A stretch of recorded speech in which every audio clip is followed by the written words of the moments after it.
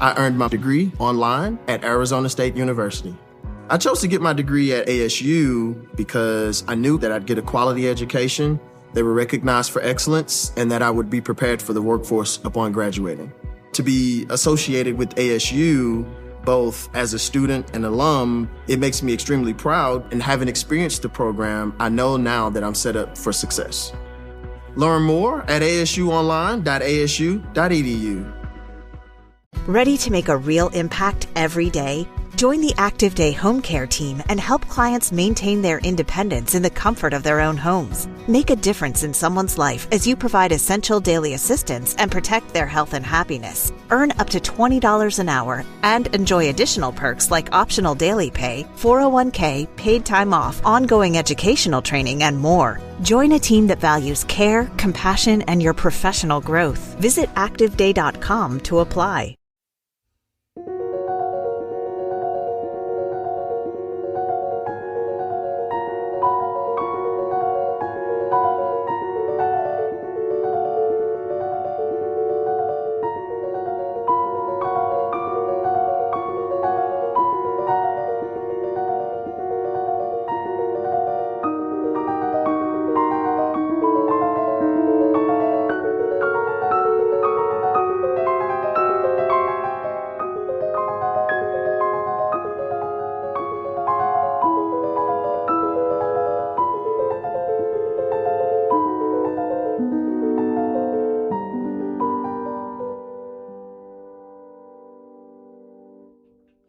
Welcome to Ghostly, the podcast that puts the paranormal on trial. Every 2 weeks, I unearth a chilling ghost story, tracking down the legends, the eyewitness accounts, and the history behind a haunting. And I, your friendly neighborhood skeptic, get to tag along to poke holes in her theories. My job is to find the logical explanation, the creaky floorboards behind the ghostly footsteps. In the end, it's not up to us. It's up to you, our listener, to weigh the evidence. You get to decide, is it genuine haunting? Or is it all just entirely senseless talk? But before we summon the spirits today, make sure to hit that subscribe or follow button wherever you're listening. It's the best way to make sure that you never miss a new spooky tale. As always, we are your hosts. I'm Pat. And I'm Rebecca.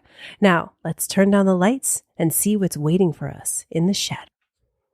Is the White House haunted by ghosts related to the War of 1812? I don't think so, but we're going to find out. So what happens when a young nation picks a fight with the world's greatest superpower? I know you're thinking that we're talking about today's day, but no, we're not. In 1812, America was overflowing with confidence. Leaders boldly claimed that victory would be simple, a mere matter of marching. Well, they were wrong. 2 years later, that mistake came back to haunt them in the most devastating way imaginable. This is the story of a war that went terribly, terribly wrong.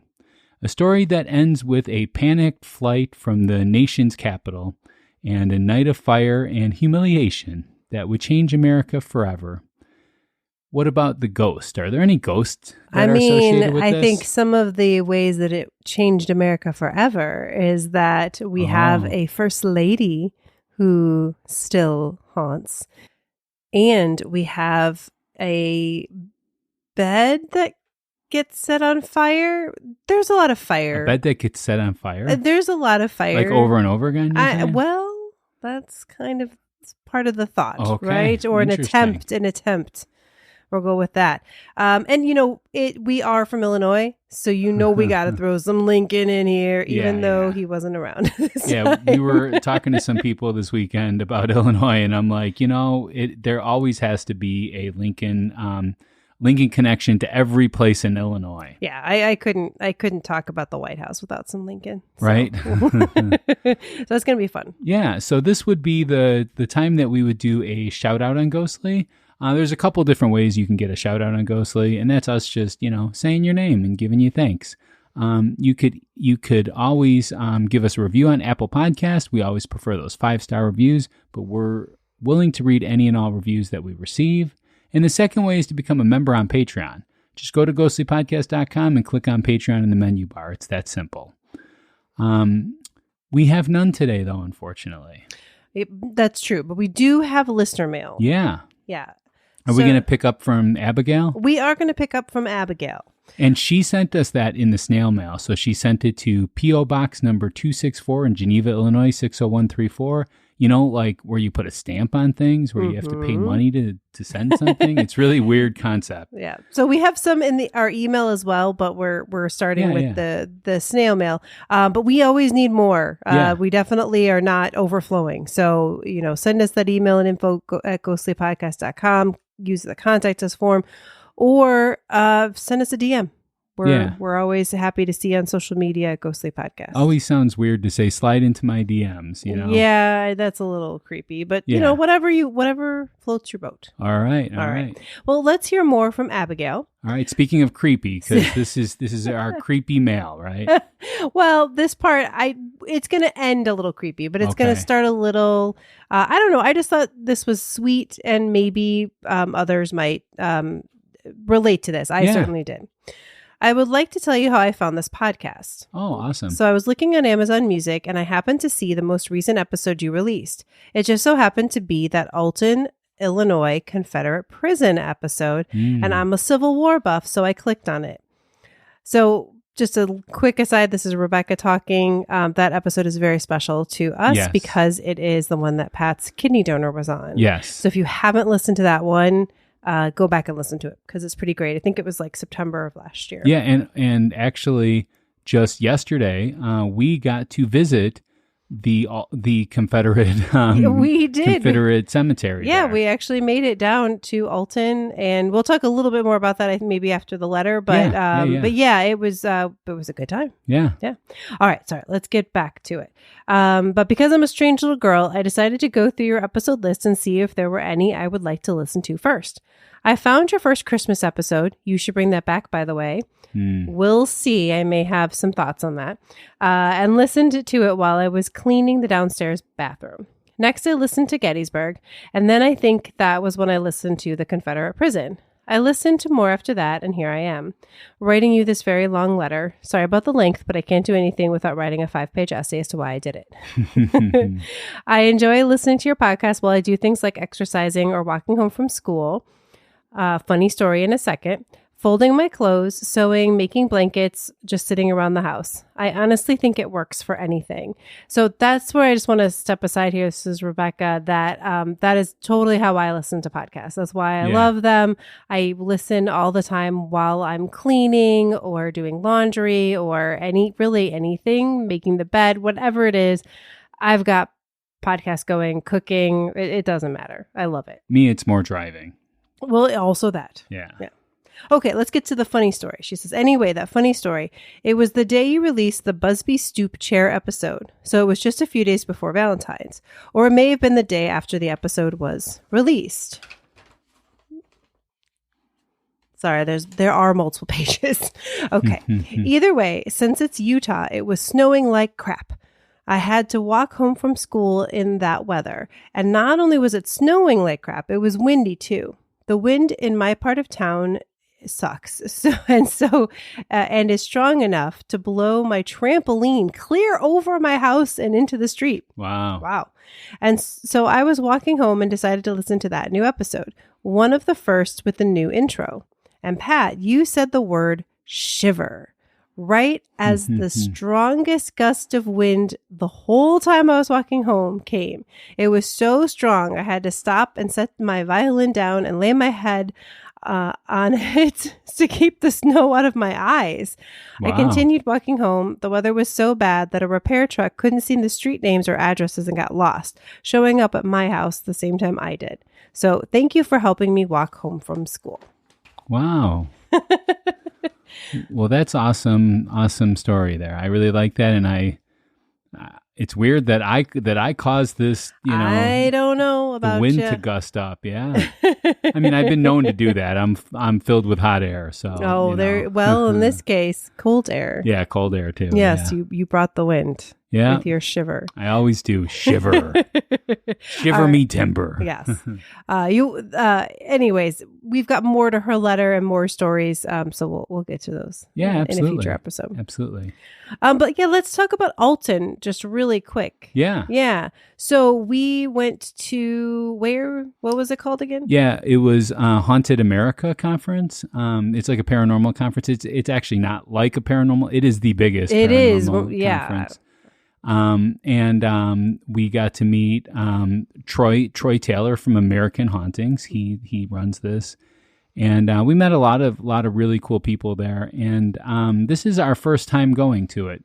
I would like to give a shout out to Brandon from Southern Gothic for recommending it, although he was not there at this one. Yeah, he recommended us go, and of course, the first year we finally make it, he isn't there. But we'll see. We'll try again. Yeah. The man with the smoothest voice in the world. Seriously. If you haven't listened to that one, guys, totally listen to that. He's like Matthew McConaughey or something like that. Something. I don't know. Yeah. It's smoother than that. Yeah. Matthew McConaughey is, for certain people, is good. Yeah. But it could be grating for others. But so Brandon is not. So we had a lunch break at this particular conference. And we decided we weren't going to the food didn't sound appealing to us at that moment. So we decided we're going to go explore Alton. And so we took a 10-minute drive, and there was the McPike Mansion. And then we went another mile or two, maybe. And there was the Confederate Cemetery, which is not a cemetery, really, anymore. It's really kind of like a memorial. I'm assuming there's bodies under there, but they don't obviously have individual. They don't move the bodies? So, no. But luckily in this case, they didn't put a house on it. Yeah, no. So I'll say that. There was and it's pretty clear that this is where you're at too. It's like there's a nice little wall. Yeah, it's very nice. Yeah. So though it was a lot of fun. And I just wanted to give a shout out to a couple of the people that we met because they were very cool. Short and Stout Designs. Oh yeah. Were very cool. They do etching. Yes. On stone. Laser etching on stone stuff. It was very cool. I think we're going to see to TBD with that one. Yeah. We also met a really wonderful woman who does a podcast called Psychic Bent. Yeah. Wow. And she and her sister, two sisters actually, grew up in a haunted house, number one. But then also they have an ability to see the ghosts. Yeah. So even though they not just grew up with the ghosts and kind of experiencing, kind of like that paranormal thing, they actually got to see them. And now they do a podcast where they talk about how you can access your psychic abilities. Yeah, and they were talking about some of the episodes. Really interesting. I can't wait to take a deep dive into that. Yeah, absolutely. Carrie and Kim are the two sisters we met. And then just a couple quick more shout outs. I bought a really cool thing from Crystallized Creations with a K for both of those. It's a crystal from my air vent of my car, and that was kind of cool. And then we bought some great books from an author, Amanda Wormer. Yes. Spooky Eats is where you can find her on socials at Spooky Eats. Yeah, she has a lot of really, really interesting books, and we talked to her for a good half hour, I would say. So it was really nice. And just none of these people paid us. In fact, we sometimes paid them depending on if we found products or not. But we just thought they were cool, and so we wanted to share something about them. All right. So next, I do have a ghost story. We need to get into this. Yeah, unfortunately, you're never going to hear me say this, but we need to talk about the polls. No, I just got that. Okay. No, we do need those. I should have just let us skip it, though. But, Never. All right. In our last episode, we talked about Asylum 49. Yeah, which was not really an asylum, and I don't know where 49 comes It was a from hospital, either, so. though. Okay. It was I forget the name of the hospital now, but something with a T. But yes, we have yes 36%, No, 64%. Whoa, So pretty extreme for an episode. Oh, and it's reflected too in the overall rating. It's 3.84. Remember, people can vote between 1 and 10. So that's definitely on the skeptical side there. Yeah. I think, it doesn't help that it's now like a for-profit haunted house. Yeah. That's what a lot of people were saying. Yeah. All right. Now we're ready for the ghost story. Absolutely.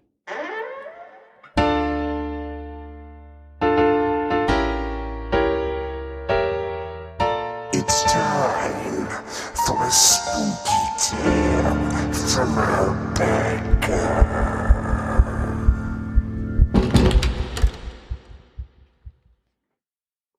I used to work the night shift on a cleanup crew near Lafayette Square, just across from the White House. Nothing glamorous, mostly quiet, uneventful. But one August night, as thick air clung to the city like a wet sheet, something happened that still haunts me. It started with the smell. Not city smoke or car exhaust. This was different. Charred wood, burned paper, that sharp, acrid edge that hits the back of your throat. The kind of smell you'd expect at a campfire or a house fire. I looked around expecting flashing lights, sirens, nothing. The White House glowed peacefully across the way. But the scent got stronger. And then I saw her. She was standing just inside the wrought iron fence by the rose garden. A woman in a high-waisted gown, the kind you see in portraits, early 1800s. Her back was to me, hands folded in front of her. She wasn't moving, just standing there, watching, waiting. At first I thought it was some kind of historical reenactment, but this was nearly midnight. I took a few steps towards the gate, trying to get a better look. That's when she turned. Her eyes met mine, calm yet urgent. Before I could say a word, I heard footsteps behind me. Boots, heavy, deliberate, marching. I spun around, heart thudding. A man, tall, pale, and wearing a red military coat, was walking past the gates, musket on his shoulder. No expression, no recognition, just a slow, ghostly pace towards the White House lawn. And then he vanished into the air like smoke sucked into a vent. I turned back to the woman, but she was gone too. The scent of burning wood faded as quickly as it came, but the feeling remained that I had just seen something reliving itself, a memory on repeat, or maybe a warning. I later found out the date, August 24th, the anniversary of the night the British burned down the White House in 1814. Some say Dolley Madison still guards the grounds she saved. Some say redcoats march through time, forever invading. All I know is that night, for just a few minutes, the fire came back and the past walked beside me. Wow. So Dolley definitely comes up in our history. Yes. Probably one of the most famous people involved with this history. Mm-hmm. But anyways, where does this come from? Is this an actual? It's really very fictionalized. I mean, these are ghosts like Dolley. All right, everybody hear her. Don't judge based upon the ghost story. Right. No one's don't want to be like, oh, I've never heard that one before. Like, no, you haven't, because I made it up. And now we're gonna have relatives of Dolley Madison contacting us asking if this is real. But it's one of those where there is where we are going to talk about Dolley. We are going to talk about the military guys. But not necessarily in this particular story. Yeah. All right. Well, we're going to take a small break, and when we return, we're going to get to the history.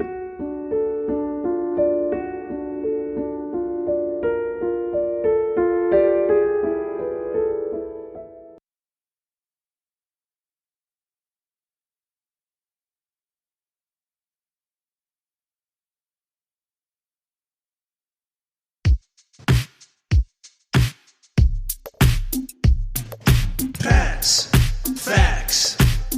From a skeptic point of view. Facts. He presents it all to you. Facts. All right, so let's get into the pet facts. Pet facts. So it's important to understand a couple of things before we begin this history. First of all, this is in 1812 that I'm talking about. So the United States hasn't even been a country for 50 years. Right. Yeah. And they didn't have a military really planned out until sometime around there. Mm-hmm. The White House was very different than it is nowadays, for very good reasons. And also, too, you're going to hear me talk about Canada a lot. Now, we were not at war with Canada per se, but a lot of the battles happened in Canada because the Canadians had control of, the British had control of Canada. So, right.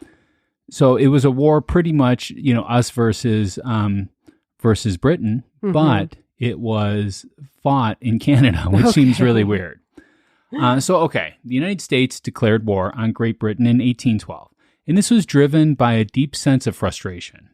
See, the powerful British Navy, which it was the best navy in the world at this time, they were a constant menace to us on the high seas. They captured American sailors and forced them to serve on British ships, and at the same time, Britain was blocking American trade with Europe, strangling the young nation's economy. And on the frontier, Americans believed that the British were encouraging Native American tribes to resist Western expansion. So remember, at this time, we were pushing a lot of the Native Americans west so that we could inhabit, the colonies and all that. Well, the British were fighting back on that particular area. So full of confidence, many Americans believed the war would be won quickly. Sounds familiar. Yeah, in fact, Thomas Jefferson famously said that conquering Canada would be a mere matter of marching. Uh-oh. Yeah, he could not have been more wrong. No. Again, we really didn't have much established at this point, but we felt we beat them in 1776. We could beat them now. So, the early years of the war were a near constant struggle for the United States. Invasions of Canada failed one after another. The American military were small and poorly trained because it wasn't really a thing for a long time. They were no match for the professional British army of the day. For the only saving grace is that Britain was at war with somebody else at the time as well. Gotcha. But for 2 years, the war remained a grinding frustration. There was a conflict mostly along the Canadian border. Then in 1814, the situation grew far more dangerous. So across the ocean, Great Britain finally defeated the French Emperor Napoleon. You guys have probably heard of Napoleon. Yes. And it makes sense then why they were not able to fully direct things towards us, because that was a big one over there. So because of the victory, they were able to free up some of their best soldiers and its entire navy. That was rated one of the top navies of its day. Because if you think about England and where it's situated, there's water all around it. So to have a great navy would be advantageous. Definitely a primary focus for them. So no longer were they in a distant conflict. The war was about to come directly to the American homeland. That summer, a powerful British force sailed into Chesapeake Bay. Their mission was not just to fight, but to strike a humiliating blow against the upstart nation. They began a swift march inland, their target now clear, the nation's capital, Washington, D.C. The city's defenses were in total chaos at that time. A hastily assembled American force met the British regulars at Bladensburg, Maryland.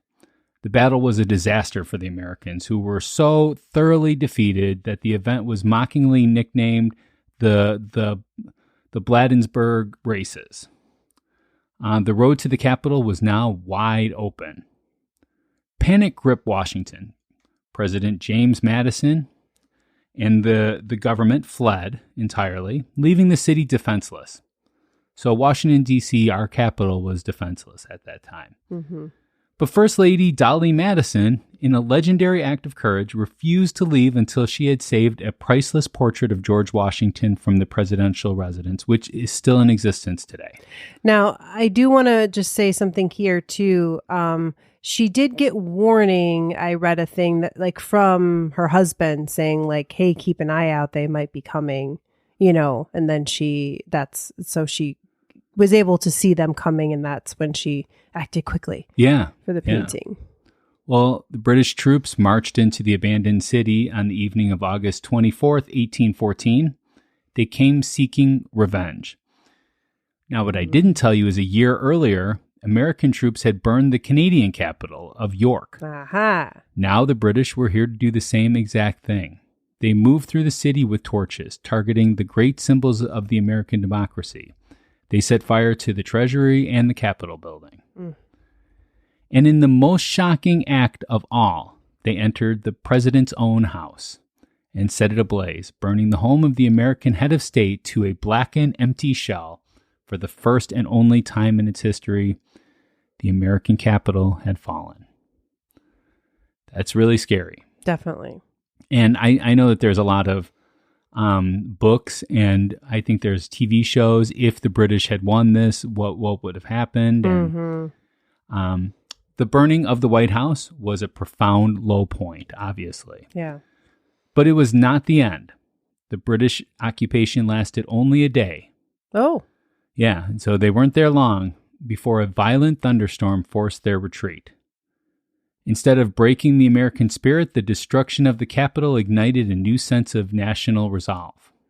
Yeah, when you come on someone's land, it gets real That's fast. something about the U.S. is when we're in like outrage and we're really upset about something and we unify, we're unstoppable. So the war continued for several more months, though. In December of 1814, American and British diplomats met in Belgium and signed the Treaty of Ghent. Due to the slow speed of communication, the war wasn't officially over yet. So think about the time. They couldn't just, email somebody and tell them, hey, war's over, stop fighting. Yeah, right. There were no phones, there were no text messages, WhatsApp wasn't around. Yeah. They had nothing. So they had to send like courier pigeons and stuff like that over. Yeah, Paul Revere on his fast horse. Yeah, there you go. Well, he was gone not already. Paul Revere anymore, but yeah. So in January 1815, General Andrew Jackson led a decisive and heroic American victory at the Battle of New Orleans, cementing a feeling of triumph for the United States. And also, this is what pretty much made him president, is because of this. And he was a great general, not a great president, in my opinion. So, yeah. Ultimately, the War of 1812 ended in a stalemate, though. No territory changed hands. And the treaty simply returned things to how it was before the war. Yet for the United States, the outcome felt like a victory. They had stood up to the world's greatest military power for a second time and survived. The war effectively ended the issue of impressment and destroyed the power of Native American resistance in the West. And most importantly, the war forged a new American identity. The years following 1815 are known as the era of good feelings, a time of newfound national unity and pride. Having survived its trial, the United States was no longer just a loose collection of states, but a confident nation ready to stand on its own on the world stage. And from there on, we gained rank and power, and we became the superpower now. So yeah. Well, first we had a civil war, and there's a couple of there's some things that happened in there. But no, you know what? I mean, we put this episode out because it is almost 4th of July, and we thought this isn't a part of American history that we talk a lot about for some reason. And a lot of people don't really know about the War of 1812. Yeah, I mean, they've heard the name, right? But did you know it was fought in Canada? No. Yeah, exactly. Yeah. That is pretty startling. Like, I had to keep correcting myself when I was like looking at the history. I'm like, it wasn't Canada that they were fighting. It's like, yes, it was. It was in Canada, but also Louisiana.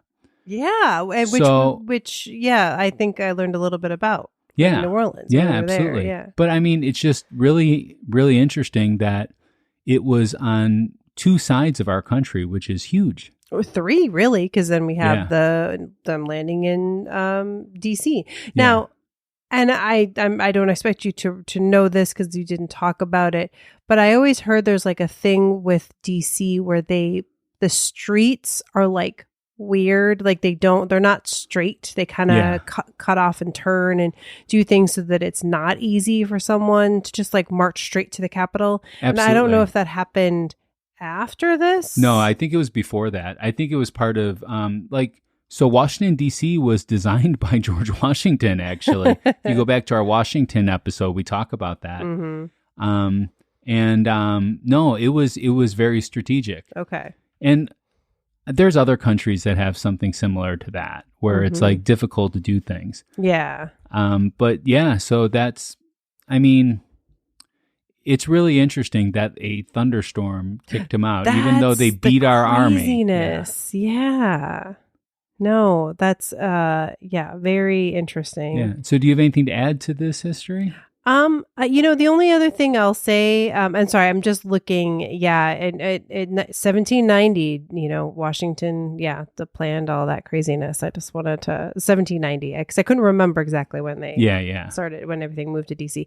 No, the only thing I'll mention is there's a really cool painting of Dolley Madison saving the George Washington painting. Like it's a painting of her saving meta. A painting. Yes. Now, if we could have saw Dolley Madison in front of the painting of her in the painting saving George Washington, that would have been even more you could meta. really get meta with it. Yeah. But Gilbert Somebody Stuart, do that on AI. I'm sure we could do it. Yeah. Gilbert Stuart was the artist, and I think you can see it at the Smithsonian. I thought you were going to say Godfrey. No. Yeah. All right. So I think we're going to take a short break, and then I guess Rebecca's got some kind of ghost stuff, right? Yes. Okay. All right. So we're going to be right back.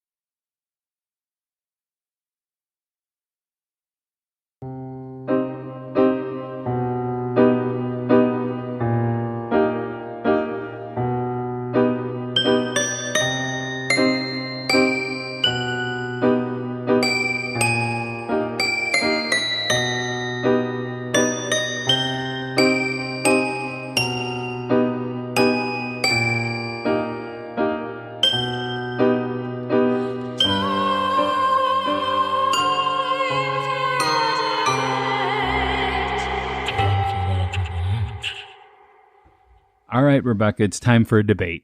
All right, let's do it. Now, we've just got there's some interesting stories. Okay. That we're going to go for, and I think they are different than ones that we've talked about before, because we have talked about the White House and ghosts before. But if there's any overlap, I apologize. Do you though? I do. All right, so we're going to start with Dolley Madison herself, right? Okay. She's probably the most famous ghost associated with this time. Mm-hmm. We kind of just heard her story. So obviously we know, she had a big trauma that happened here at the White House. So she became an icon, as we talked about, after saving the portrait of George Washington before fleeing the White House as British troops approached. Now, I did read something that said it actually turned out to be a copy, and she didn't know that. But you know what? I don't care. It was in her patriotic. It was very bones. noble. It was very noble to do that. Yeah. She actually ended up they had to break the frame because it was nailed to the wall. Wow. And so then they rolled it up, and two guys secreted it out of town. Wow. Very national treasure. I didn't really mention this, but they rebuilt the White House entirely after that. So yes. The White House that stood before it looked nothing like the White House. And I think we talked about the fire in another episode. I'm sure one of the ghosty maybe things. Lincoln or during Washington or one of them. We did. Yeah. So, but yeah, just to say that, right, it was completely rebuilt. Yes. But on the same land. Yes. Okay. So years later, after the fire and everything. First Lady Edith Wilson tried to redesign the Rose Garden. Workers claimed that they were confronted by Dolley's ghost, a stern, dignified woman in early 1800s attire. The sightings were so consistent and unsettling that the redesign was abandoned. So not just superstition, lots of first-hand accounts from multiple people, all describing the same figure, Dolley, still protecting her legacy.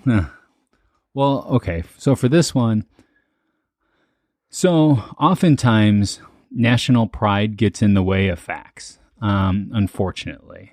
That is how we are, though, right? Once we have a rallying cry, once we believe strongly in something, once we see someone as a hero, the facts about them don't necessarily matter as much anymore. And I think this is a case of that. I think one person started telling the story and multiple other people jumped on the bandwagon of it. So that's what I'm going to say. I don't think that there's any truth to this because they have done stuff with the Rose Garden since then. And currently they're working on stuff in the Rose Garden as well. So that is true, but this was, this was 1915 about when this happened. So, perhaps either the ghost has moved on or, has lessened her grip, or, maybe today people just have their blinders on, so they don't see things as well as they did in 1915. Or maybe they have their beer goggles on now and they see things even different now than they did then. I don't know. 0 for me. All right. I'm going to give this one a 6. Okay. Yes. Okay. Next. Now this one is kind of interesting. Again, another one from our story at the beginning, which is British redcoat apparitions. So staff and security at the White House have reported sightings of figures in red military coats, clearly British soldiers, on the North Lawn and restricted hallways. These aren't places open to tourists or reenactors. These are secured areas. And these are those ghosts that you are always curious about, which is they don't interact. They just march silently. Sometimes they look confused, sometimes angry, and then they disappear mid-step. So some people believe these are residual hauntings, moments from the past playing on repeat, the British invasion frozen in time. Wow. Well, I'm going to say that being in our nation's capital, for us at least. I know we have some, listeners. We have international listeners as well that are going to be like, whatever. But I'm going to say that, there's got to be this feeling of like amazement that you are there in history. And whenever I feel that, it gives me that kind of same feeling that like, it's like I can feel the events happening right here. But it's because I'm looking back in history. I believe these people, a lot of people that work in the White House, they don't get enough sleep. They work really long hours. They sometimes work different shifts than they're used to. I'm going to say that easily this could just be somebody with like being a little sleep deprived and seeing something like that. I don't think that there's anything because there's no video of it. There's no pictures of it. There's no physical evidence, which like I couldn't convict anybody based upon this, that it's all just hearsay. So I'm going to say, no, I don't think this is true. And I'm going to give this one a 0 as well. So to me, I just don't know why, like, again, when we think about it, we were just talking about how the War of 1812 and all of this, like, just isn't something that people think about. It's not something that's like top of mind when even we think about the White House. So it doesn't make sense to me that or it doesn't seem likely to me that staff and security at the White House, their first thing, if they're just like sleepy or staring out there, would be like, oh my gosh, British soldiers. Like, I just don't think that's what they would see. So if they see that, to me, it means they really are seeing something. And I definitely believe in residual hauntings, especially when it's something that was kind of a big deal, I'm sure, for the people doing the burning, as well as the people, obviously, that survived it. So for me, this one's a 7. Okay, well, I am going to say too that when I say that this isn't talked about much, it isn't talked about much by the average person, but people working in the White House, I'm sure they know of its history. I'm sure majority of those people, if you did like a Jimmy Kimmel thing and you went in and asked them questions about it, I'm sure that they can get a lot of them right, because when you are in history, you're involved in that history and you want to know more about it. So yeah, I'm going to say that I'm going to stick with my 0 on that then. All right, let's move on then. Okay. So now this next one is actually the story that inspired this episode, and it's from Abigail. Okay. So we haven't gotten to this part of the letter, but she talked about doing more things about the White House. And I thought, as I said, July 4th is coming up. So she mentioned there's a story of a single British soldier. Mm-hmm. So we had the whole group, but now this is a particular soldier. And this particular soldier apparently died in the attack after he helped set the fire to the White House. There were a few soldiers that died that night.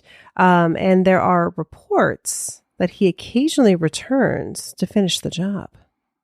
One incident was reported a few years after the Truman era restoration, where the spirit was seen trying to set fire to a bed. Now, didn't succeed. I mean, I don't think he probably actually could have. But yeah, there is this report of a single British soldier that people will see. And then there's a report of him actually trying to set fire. All right. So how many people are reporting this? And that particular incident of the bed, I think was just one person. Okay. But as far as seeing the soldier, I think there's multiple reports of that. Okay. But you don't know for sure though. I mean, I don't have a specific number. No. But did you see multiple reports that were different from each other? I did actually. Okay. There's some kind of variation on this one. So I'll give it a 1 just because I can't definitively say anything, but to me, it sounds like this is a very small minority of people that are seeing this particular thing. I think if this was a real thing, it would be reported a lot more often. So I'm going to give it a 1 just because I can't for 100% say that this is it, and I don't have a logical reason why this would happen, because oddly enough, I don't know the White House well enough to be able to, even though I help pay for it all the time, and we all do that live here. Yeah. I don't know enough about it. Some of it is under secrets, like top secret information that nobody can know. So, anyways. Yeah. Well, again, I thought it was interesting because, again, this was something that seems to be a common story. He's not always called the fire starter. Sometimes he's just the soldier of 1812 or something like that. But it's just kind of interesting to me that there are sightings of whole troops, and then there's this sole one that's actually more seen inside. And then this one time doing something a little fire based. All right. And his name is Monty. There you go. Okay, you ready for the last one? Yes. Okay. As I mentioned, we got to talk about Lincoln. And this isn't really Lincoln directly. I mean, again, we've done episodes on so many of these people and so many other ghosts. I mean, the White House is full of ghosts, and there's really good stories about it. Yeah, because Lincoln happens 50 years later from this. Yes. But, okay. And then after that, there's Winston Churchill, right? The remember had the conversation with Lincoln. Yeah. But in the Lincoln bedroom, there is another kind of ghosty thing that happens. Was it the Winston Churchill one? He was in the nude or something like that? Yes, I think so. Yeah, he was indisposed. I like to think he was in boxers. That's just how I picture it. You picture Winston Churchill in boxers? Better than the alternative. Okay. Okay, so the Lincoln bedroom obviously is associated with Lincoln. And staff often have reported the distinct smell of smoke and wood burning in the room, especially around late August. There are no fires in there. There's no cleaning products that explain it. Paranormal researchers believe this could be a sensory input from the 1814 fire, like a trauma echo trapped in the walls. It's not just spooky, it's physically experienced by multiple people over the years. That's interesting. So do you see multiple accounts of this, though? Yes. Okay. So there are some things that like are weird, like the timing of that being in August, when it's like the hottest month.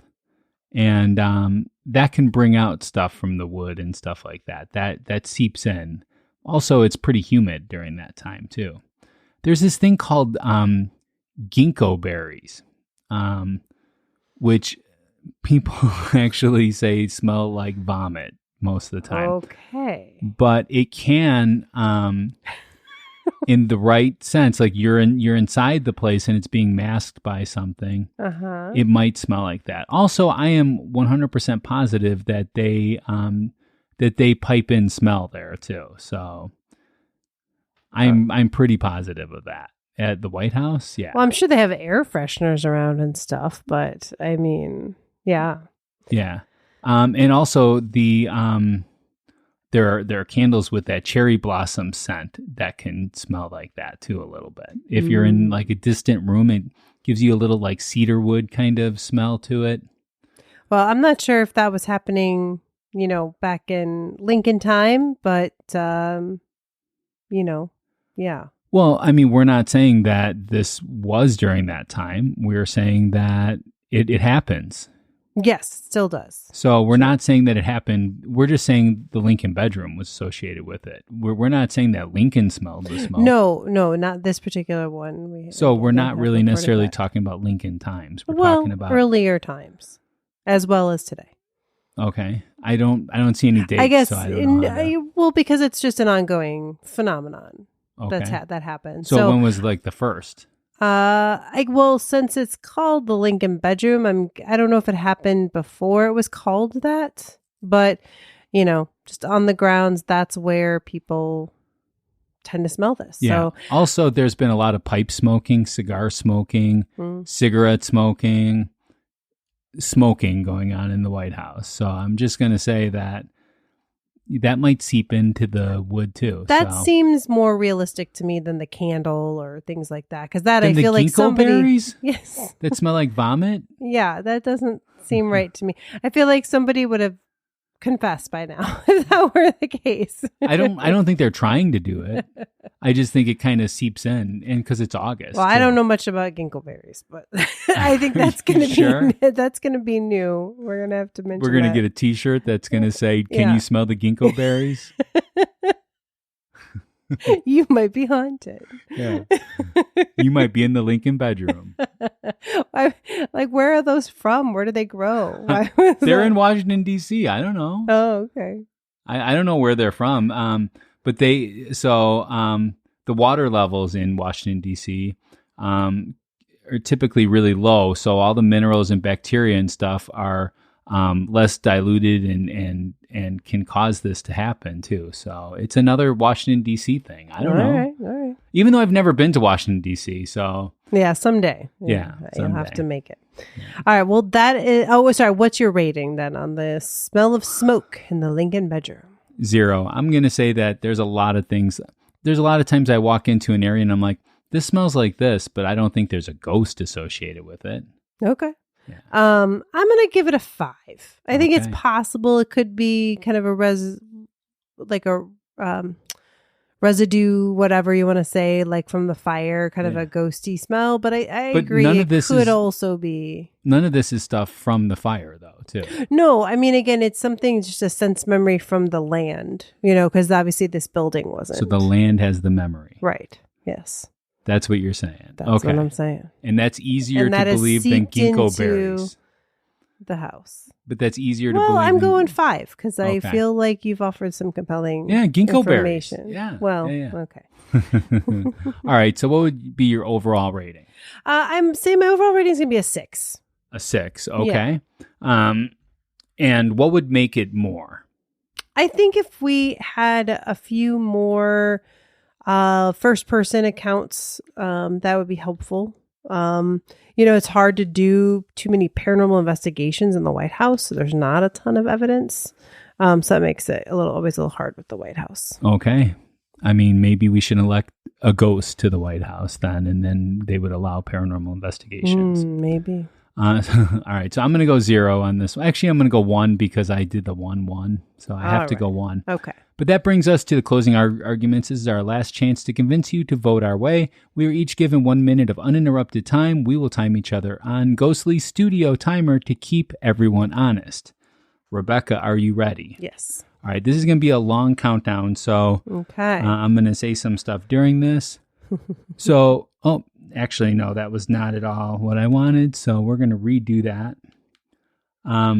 So we met a lot of really good people in Alton. And also I want to give a shout out. We met a couple of listeners too. And, I forgot we were going to say I think that. It's Thank important you. to do that. It is. As well. Thank you. Hey, if you see us, don't be afraid to walk up and say hi. We love it. You ready? Yeah, I'm ready. Okay. Here we go. All right. So I do think that there is some residual paranormal activity that it happens from the fire at the White House in 1814. And that has, caused some paranormal activity to happen at the White House. It's hard because there is a lot of paranormal activity at the White House. And so sometimes it's hard to distinguish things. But I think, Dolley obviously is from that time frame. So I think it makes sense. And this was a traumatic experience that she had. Also, when we talk about seeing, soldiers in red, then obviously that the only time that would be is from that particular war. And obviously, as I said, I think that night was traumatic, not just for the people in the White House, but for the soldiers as well. So, it's possible. That's all I'm going to say. Okay. Well, you put it right down to the wire there. So I had more to say than I thought. Okay. I'm going to go ahead and get started then. All right. There's a long countdown, so I'm just going to wait a second. I need to fix that in the studio timer here. All right. So one of my thoughts is this is a pretty historic place. I mean, probably one of the most historic places in the United States, I would say, is the White House. Everybody knows of it that lives in the United States. They know about the White House.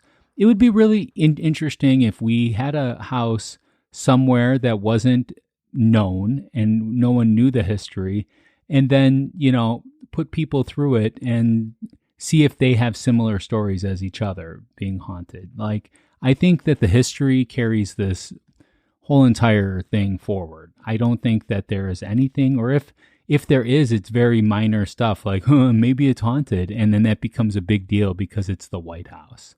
So I'm going to say that there's no way that this place is haunted. I just think it just is such a historic place. And that's it. I had 6 seconds left. Yeah, wow. You did good. Yeah. All right. So don't let your friends miss out on the chills. Share Ghostly with them and help us grow this community of paranormal enthusiasts. You can also join us on Ghostly Society. We don't often talk about that. No, we haven't talked about that in a while. You can go on Facebook and just search for Ghostly Society. It is a private group, but if you go through the questions that it asks you, there's 3 questions, and then you have to agree to our rules. One of them is not to talk about a certain movie that we're not allowed to talk about. Yep. That most of you guys don't even know what we're talking about now, but you'll see it when you go to sign up. And we have our reasons for that. We were scolded a couple times for You can go back to misinformation. early episodes and you'll understand why. Yeah.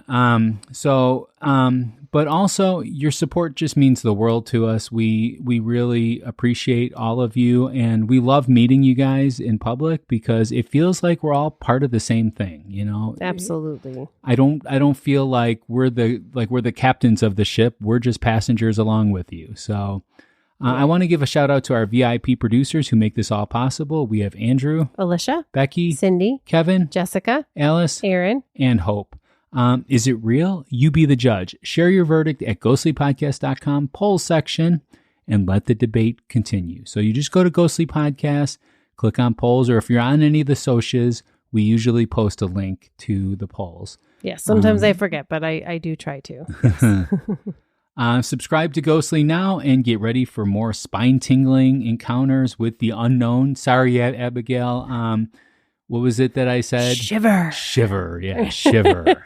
All right, Yeah. Rebecca, what's coming up on Ghostly? Oh, very excited. Very excited for our next one. We've actually been talking about this one for a little while. We are going to be talking about the Marshall Field Mansion in Chicago. So very excited about that. And it comes out on July 16th. July 16th. A lot of Okay. episodes in July. Very excited about this. One of those 3-episode months. Yeah. So just a brief thing about Marshall Field. He is one of the iconic Chicago history people. Yes. He was also hated and beloved at the same time. Yes. So he's a very, very interesting character in Chicago history. And for a long time, I didn't realize that was a person. Really? No, I just knew it was the store. Even though we have the Field Museum and we had Marshall Fields. Again, I thought that was just the name of a store. I didn't Wow. realize it was a person. Wow. Yeah. I blame Marshall Field for us adding S's to the end of everything in Chicago because it was Marshall Fields, wasn't it? It was, yes. But then we have the Field Museum, but we all call it the Fields Museum. No, we don't. Well, some people do. Anyways, until next time, stay ghostly. Bye.